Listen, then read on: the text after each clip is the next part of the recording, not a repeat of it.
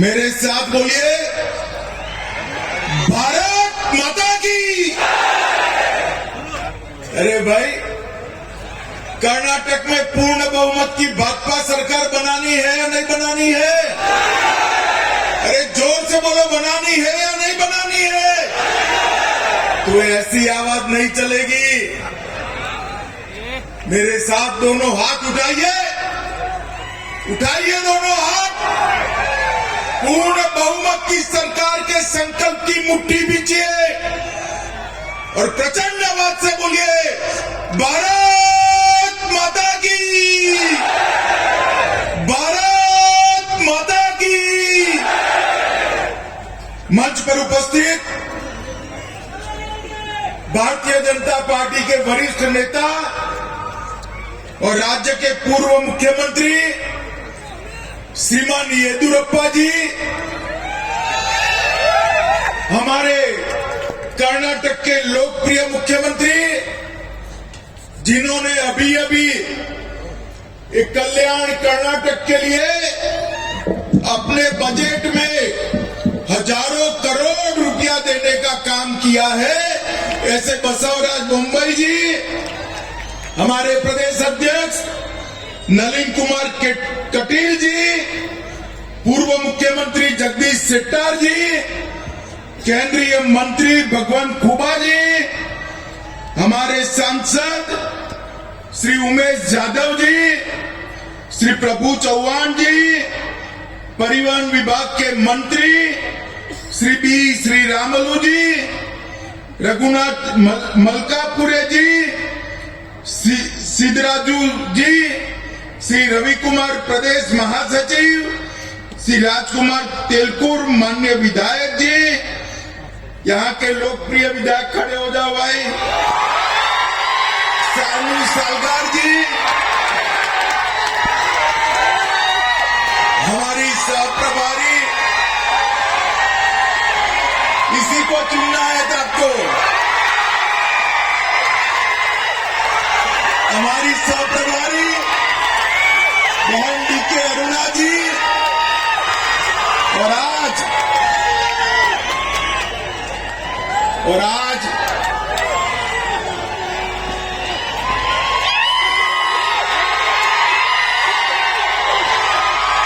बोलो, भारत माता की, भारत माता की। और आज जगत ज्योति बसवन्ना की एक कर्म भूमि पर आए हुए प्यारे भाइयों, बहनों, माताओं और मेरे जिगर के टुकड़े जैसे युवा मित्रों, आप सभी को नमस्कार। मित्रों, आपका जोश, आपकी संख्या, आपकी उपस्थिति ये बता रही है कि कर्नाटक में पूर्ण बहुमत की भाजपा सरकार बनने वाली है। कल ही कर्नाटक से हजारों किलोमीटर दूर उत्तर पूर्व में त्रिपुरा, नागालैंड और मेघालय, तीनों जगह कांग्रेस का सुपड़ा साफ हो गया। हारे तो हारे, ऐसे हारे हैं कि दूरबीन देकर भी दिखाई नहीं पड़ते हैं। नागालैंड में 0 सीट, कितनी सीट? जोर से बोलो, कितनी सीट? मेघालय में 3 सीट, कितनी सीट? और त्रिपुरा में सिर्फ 4 सीट, कितनी सीट? अब मुझे बताओ भाई, कर्नाटक में इनकी सरकार बन सकती है क्या? जिस उत्तर पूर्व के लिए कहा जाता था कि भारतीय जनता पार्टी की वहां एंट्री नहीं हो सकती, वहां दूसरी बार तीनों जगह पे एनडीए और भारतीय जनता पार्टी की सरकार बन रही है। एक बार जोर से उत्तर पूर्व की जनता के लिए ताली बजाइए कर्नाटक वालों। ये मोदी जी का जो जादू है ना, मोदी जी का जादू, चाहे उत्तर पूर्व हो, चाहे गुजरात हो, चाहे उत्तर प्रदेश हो, चाहे कर्नाटक हो, हर जगह सर चढ़कर बोलता है। मुझे बता कर्नाटक वालों, आप लोग मोदी जी के नेतृत्व में कर्नाटक में भाजपा को जिताओगे या नहीं जिताओगे? मित्रों, आज मैं यहां आया हूं तब जगत ज्योति बसवेश्वर ने यहां पर दुनिया भर को लोकतंत्र का संदेश देने का काम किया था। दुनिया में पहली संसद अगर कहीं पर मिली तो हमारे ये बसव कल्याण के अंदर में, और मोदी जी ने गौरव के साथ इस बात को यूएन के मंच से छाती फुलाकर पूरी दुनिया के सामने बसवन्ना का वखान करते हुए ये भूमि को बसवन्ना के सैकड़ों साल पहले लिए गए लोकतंत्र के लिए इनिशिएटिव को हमारे येदुरप्पा जी ने 600 करोड़ रुपया देकर हमारे बसवराज जी ने इसका काम आगे बढ़ाकर हमेशा के लिए बसवन्ना के संदेश को दुनिया में पहुंचने का काम किया है। मैं इस भूमि को बार बार प्रणाम करता हूं जहां पर लोकतंत्र की बात। ये भूमि गुरु नानक ने भी दूसरी उदासी में यहां पर आए थे। मैं अभी गुरु नानक साहब की स्मृति में बने गुरुद्वारा साहब में मत्था टेक कर आया हूं और यहां से जाकर बसवन्ना को श्रद्धांजलि देने अनुभव मंडप में भी जाने वाला हूं। यहां के नरसिम्हा मंदिर को भी मैं प्रणाम करना चाहता हूं और यहां पर जो 800 साल से बसवन्ना ने लोकतंत्र का यज्ञ चालू किया है, आज मोदी जी इसका संदेश पूरी दुनिया में पहुंचा रहे हैं। यहां पर हमारे लंबानी समाज के बहुत सारे भाई बहन आए हुए हैं। अभी दिल्ली में आपका एक कार्यक्रम था, उमेश यादव जी मुझे ले जाने वाले थे मगर मैं आया नहीं, पहुंच नहीं पाया। लंबानी समाज वाले को कहना चाहता हूं, हमारे उमेश जी इस चुनाव में मुझे कलबुर्गी ले जाएंगे, तब वहां कर सेवालाल जी महाराज को प्रणाम करने का काम करेंगे। माताओं, भाइयों बहनों, आज यहां से विजय संकल्प यात्रा शुरू हो रही है। ये विजय जो है, जिसका संकल्प लेना है, वो विजय भारतीय जनता पार्टी का विजय नहीं है। वो विजय हमारे नेता को मुख्यमंत्री बनाने का संकल्प नहीं है। ये विजय संकल्प यात्रा है कर्नाटक के गरीब से गरीब व्यक्ति का कल्याण करने का संकल्प लेकर हम निकले। ये 4 यात्राओं के माध्यम से कर्नाटक के विकास का गुणगान करना है। जो बाकी छूट गया है उसको पूरा करने का संकल्प लेना है और विकास का गुणगान करते करते कर्नाटक की संस्कृति और इतिहास को भी लोगों के पास पहुंचाना है। 4 हिस्सों में ये विजय संकल्प यात्रा सभी विधानसभा क्षेत्रों में जाएगी। यहां से जो शुरू हो रही है वो विजय यात्रा बीदर, कलबुर्गी, यादगीर, रायचूर, कोप्पल, बेल्लारी और विजयनगर में स्थित 43 विधानसभाओं में घूमकर 43 की 43 सीटों पर भाजपा के विजय का संकल्प दिलाएगी। मित्रों, हम इस विजय संकल्प यात्रा से 31 जिले और 224 विधानसभाओं का 8000 किलोमीटर का रूट यहां से समाप्त करेंगे। यहां पर 100 से ज्यादा अधिक रोड शो होंगे। 80 से 100 ऐसी बड़ी बड़ी सभाएं होगी, 600 से ज्यादा रोड पर सभाएं होगी, 200 से ज्यादा समाज की बैठकें होगी और 50 से ज्यादा भाजपा के देश भर के नेता कर्नाटक की जनता को प्रणाम करने के लिए आएंगे। और मैं आज 3-4 दिन से ये कांग्रेस वालों के बयान देख रहा हूं। मित्रों, ये लोगों के पास विजय का कोई सूत्र नहीं बचा है।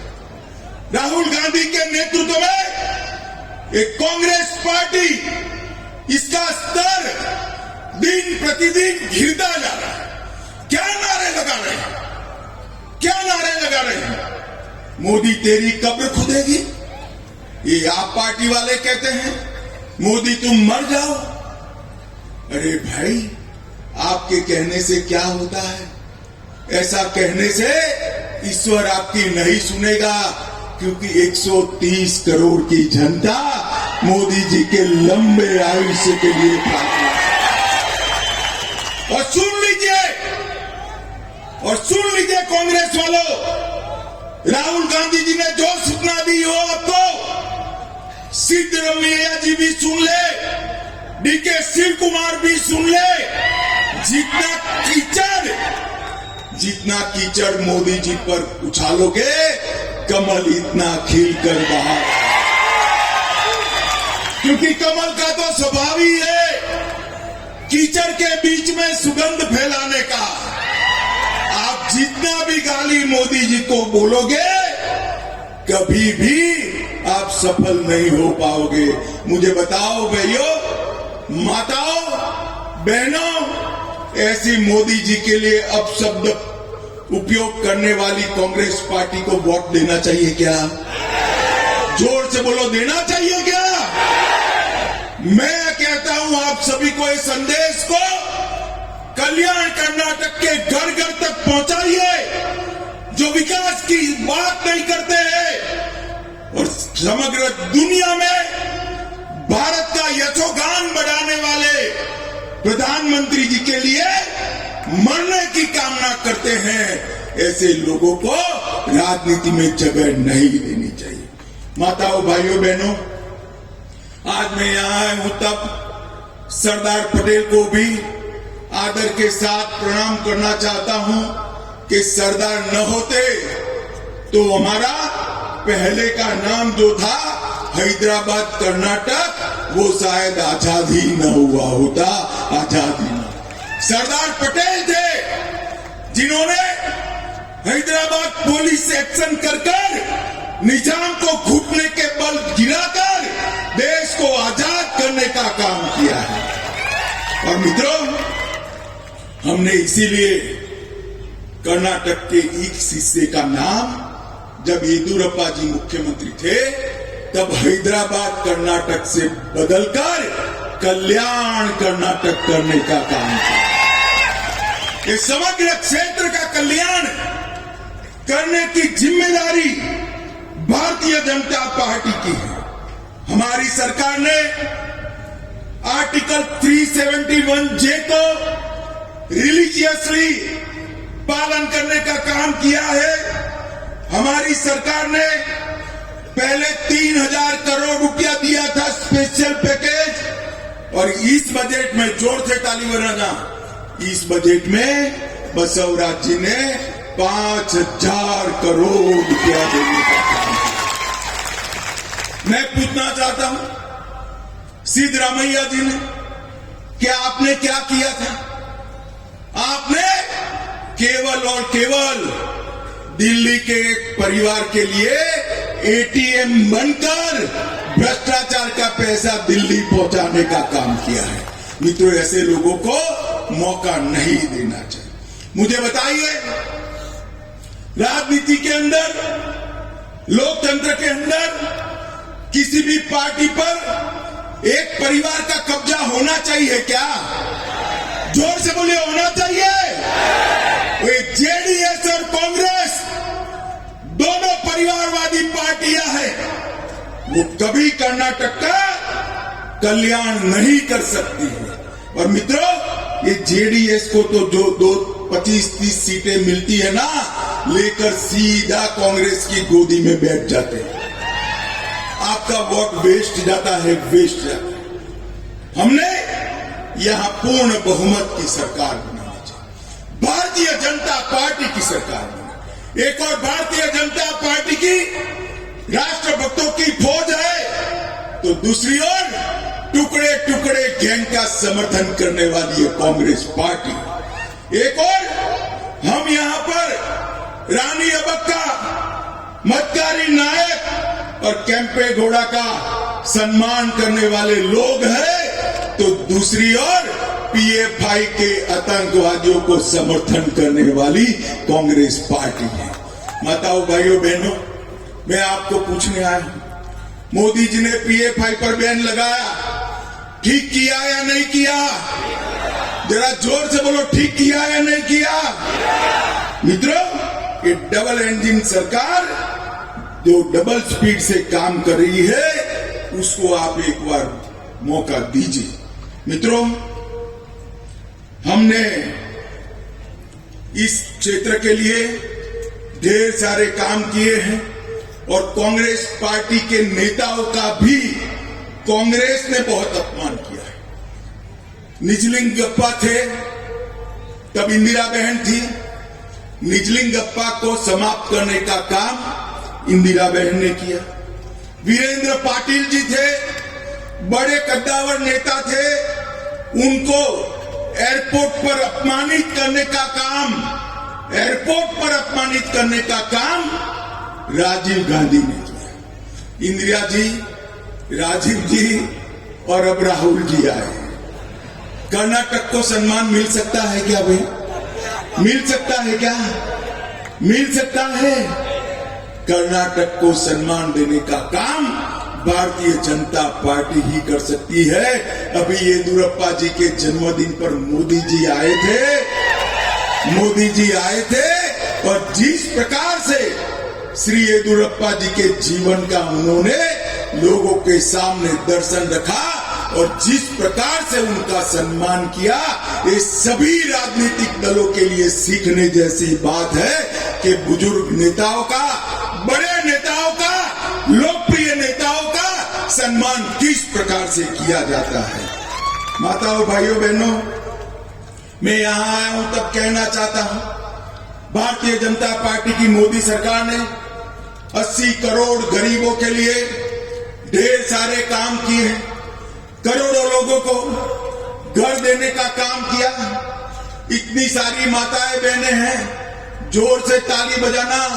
10 करोड़ घरों में शौचालय बनाकर माताओं बहनों को सम्मानित करने का काम किया। 13 करोड़ गैस के सिलेंडर दिए। 60 करोड़ लोगों को 2.5 साल से मुफ्त में अनाज देने का काम नरेंद्र मोदी जी कर रहे हैं। 3 करोड़ से ज्यादा घरों में आजादी के 75 साल के बाद बिजली पहुंचाने का काम नरेंद्र मोदी जी ने किया है। और मित्रों, सबसे बड़ी बात है, आप सभी जरा हाथ ऊपर करें, जिसको कोरोना के दोनों वैक्सीन लग गए, हाथ ऊपर करिए। तो सबको लग गए ना? सबको लगे ना? 25 पैसा भी खर्च हुआ है क्या? मोदी जी ने 130 करोड़ लोगों को 230 करोड़ वैक्सीन देकर कोरोना से सुरक्षित करने का काम इस देश के प्रधानमंत्री नरेंद्र मोदी जी। और गरीब के घर में बीमारी आए तो 5 लाख तक का सारा इलाज गरीब का अब नरेंद्र मोदी सरकार कर रही है। और इसके साथ साथ हर गरीब को प्रति व्यक्ति प्रति माह 5 किलो अनाज, और बसवराज जी और येदियुरप्पा जी ने रागी भी जोड़ दी, उसमें ज्वार भी जोड़ दी। जो खाना वो खाइए, कीमत नहीं देनी पड़ती है। 5 किलो अनाज फ्री ऑफ कॉस्ट देने का काम नरेंद्र मोदी जी ने किया। नरेंद्र भाई ने देश को सुरक्षित करने का, बीदर वालों, मुझे बताओ, इस देश में जो कश्मीर है वो हमारा है या नहीं है? जोर से बोलो, है या नहीं है? धारा 370 हटनी चाहिए थी या नहीं हटनी चाहिए थी? इस सिद्धरामैया और डीके शिव कुमार को पूछना भाई, जब धारा 370 हटाई क्यों चू चू चू चू चू चू कर रहे थे? समर्थन करना चाहिए था, नहीं करना चाहिए था? नहीं कर सकते। उनकी नजर उनकी वोट बैंक पर है।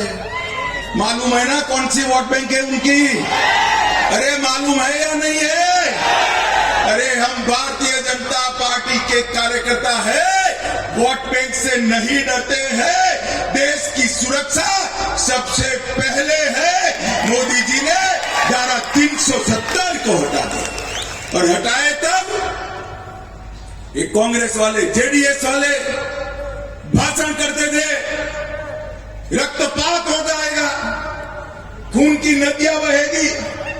अरे छोड़ो रक्तपात, डीके शिव कुमार, सिद्धरामैया बाबू, रक्तपात छोड़ो, खून की नदियां छोड़ो, किसी की कंकड़ चलाने की हिम्मत नहीं हुई है। कंकड़ ये नरेंद्र मोदी सरकार।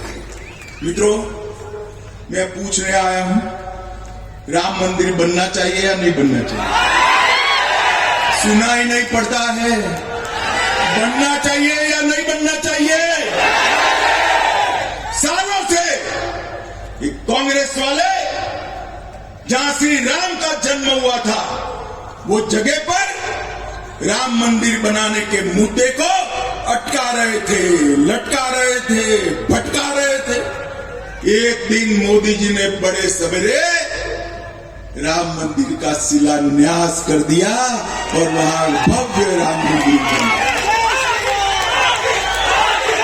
काशी विश्वनाथ का कॉरिडोर बन रहा है, केदारनाथ बद्रीधाम इसका उद्धार हो रहा है, सोमनाथ का मंदिर सोने से मढ़ा जा रहा है और यहां अनुभव मंडप भी भाजपा की सरकार बना।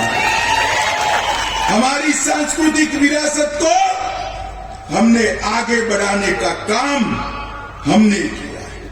मित्रों, 7700 करोड़ रुपए से 411 किलोमीटर लंबी बीदर कलबुर्गी बेल्लारी रोड नरेंद्र मोदी सरकार बना रही है और कर्नाटक सरकार ये मुख्य कनेक्टिंग रोड को विकसित करने का काम कर रही है। गंगा कल्याण योजना के तहत कल्याण कर्नाटक में 1115 करोड़ रुपए के ड्रिप इरिगेशन के काम हमने शुरू किए हैं। 2 करोड़ रुपए की लागत से बीडर में मॉडल विश्वविद्यालय बन रहा है। Central institute of petrochemicals engineering and technology भी बीदर में ही स्थापित हो रही है। हुमनाबाद में एक बहुत बड़ा इंडस्ट्रियल क्लस्टर बना रहे हैं। 7.6 लाख किसानों को हमने सॉइल हेल्थ कार्ड वितरित किया है। 6 नम्मा क्लिनिक भी स्थापित किए हैं और अकेले बीदर जिले में 2.25 लाख लोगों के घर में नल से जल पहुंचाने का काम भी ये भारतीय जनता पार्टी में। येदियुरप्पा जी हमारे बहुत बड़े किसान नेता हैं।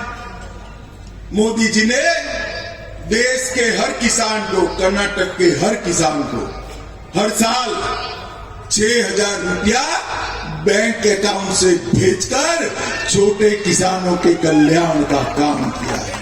मित्रों, पीएम किसान में 54 लाख लोगों को अब कर्नाटक सरकार ने इसमें 4,000 रुपया जोड़ दिया तो 6,000 की जगह 10,000 रुपया हर किसान को मिलता है। 1.5 लाख बुनकरों के लिए आर्थिक सहायता बढ़ाई है। ऊपरी भद्रा परियोजना ये कांग्रेस वाले पूछ करते हैं क्या होगा क्या होगा। मैं कहकर जाता हूं, ऊपरी भद्रा परियोजना संपूर्ण केंद्रीय खर्चे से 5300 करोड़ रुपए के खर्चे से भारतीय जनता पार्टी की नरेंद्र मोदी सरकार समाप्त करेगी। और ये मुद्दा बना रहे हैं। कलसा बंडूरी परियोजना 1000 करोड़ रुपए से बसवराज जी ने शुरू की है। ऊपरी कृष्णा परियोजना चरण 3 5000 करोड़ रुपए से चालू की है। एतिना हॉल परियोजना 3000 करोड़ से चालू की है। और रेलवे में कांग्रेस ने जो पैसे दिए थे यूपीए सरकार के 10 साल के कार्यकाल में, इससे 9 गुना पैसा नरेंद्र मोदी जी ने 8 साल में देने का काम किया है। 8 साल। सिद्धरामैया जी यहां आओ तो हिसाब लेकर आना। हमने 8 साल में रेलवे के लिए 30,000 करोड़ रुपया कर्नाटक को देने का काम नरेंद्र मोदी जी ने किया। अभी बसवराज जी ने अनुसूचित जाति के रिजर्वेशन में 2% की बढ़ोतरी की और ट्राइबल रिजर्वेशन में 3% से बढ़ाकर 7% करने का काम ये भारतीय जनता पार्टी की सरकार ने किया है। और ये लंबानी समाज वाली बहनें बहुत परंपरागत वेश पहनकर आई है। मोदी जी की सरकार ने, बसवराज जी की सरकार ने 50,000 लंबानी समुदाय के लाभार्थियों को हक पत्रक मोदी जी ने अभी दिया है और आपको आपके घर का मालिक बनाने का काम किया। अब ये बोल करते हैं हम सरकार बनाएंगे। भाई पहले ये तो तय करो आपका नेता कौन। 10 लोग हैं। कांग्रेस अध्यक्ष साहब अब अध्यक्ष बन गए, वो तो रेस में आ नहीं सकते, वो बेटे को आगर करें। स्वयं 2 लोग तो है ही, सिद्धरामैया जी ताल ठोक रहे हैं, डीके शिव कुमार ताल ठोक रहे हैं, 2 और भी लोग हैं। 10 लोग मुख्यमंत्री बनने के लिए एक कुर्सी की खींचतान कर रहे हैं। ये कर्नाटक का भला करेगा क्या? जोर से बोलो, करेगा क्या? माताओं भाइयों, बहनों भाइयों, मैं आज बड़े मन से अपील करने आया हूं। मोदी जी के नेतृत्व में पूर्ण बहुमत की भारतीय जनता पार्टी की सरकार ही कर्नाटक का भला कर सकती है। और ये हमने कर दिखाया है, देश भर में भी कर दिखाया है। गत चुनाव में थोड़े वोट आपने कम दिए, थोड़ी सीट हमने कम दी, एक लंगड़ी सरकार बना। तो हमारे दोनों मुख्यमंत्रियों को काम करने में बहुत दिक्कत आती है। इस बार गलती मत करना, पूरा मैंडेट मोदी जी को दीजिए। विजय संकल्प यात्रा का हर कॉन्स्टिट्यूएंसी में स्वागत करिए और 43 की 43 कॉन्स्टिट्यूएंसी में भारतीय जनता पार्टी को विजयी बनाइए। आप बताइए, देश की सुरक्षा के लिए मोदी जी को वोट देंगे? जोर से बोलो, देंगे? $5 ट्रिलियन की इकोनॉमी के लिए मोदी जी को वोट देंगे? गरीब कल्याण के लिए मोदी जी को वोट देंगे? किसानों के भले के लिए मोदी जी को वोट देंगे? माताओं बहनों की सुरक्षा और सम्मान के लिए मोदी जी को वोट देंगे? कमल के निशान पर बटन दबाएंगे, बसवराज जी के हाथ मजबूत करेंगे। तो मेरे साथ दोनों हाथ उठाइए, एक मुट्ठी भींचे और प्रचंड आवाज से बोलिए, भारत माता की, भारत माता की, भारत माता की, वंदे वंदे वंदे।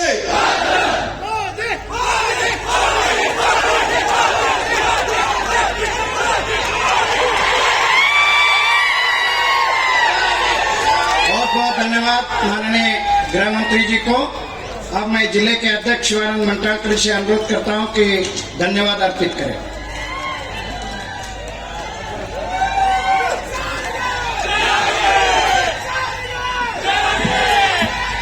ವಿಜಯ ಸಂಕಲ್ಪ ಯಾತ್ರೆ 3ನೇ ತಂಡದ ಇಂದು ಒಂದು ಉದ್ಘಾಟನಾ ಸಮಾರಂಭಕ್ಕೆ ಆಗಮಿಸಿರುವಂತಹ ಉಕ್ಕಿನ ಮನುಷ್ಯ ನಮ್ಮ ಕೇಂದ್ರದ ಗೃಹ ಸಚಿವರಾದಂತಹ ಸನ್ಮಾನ್ಯ ಶ್ರೀ ಅಮಿತ್ ಶಾಜಿ ಅವರಿಗೆ ಭಾರತೀಯ ಜನತಾ ಪಾರ್ಟಿ ಬೀದರ್ ಜಿಲ್ಲೆಯ ವತಿಯಿಂದ ಬಸವ ಕಲ್ಯಾಣ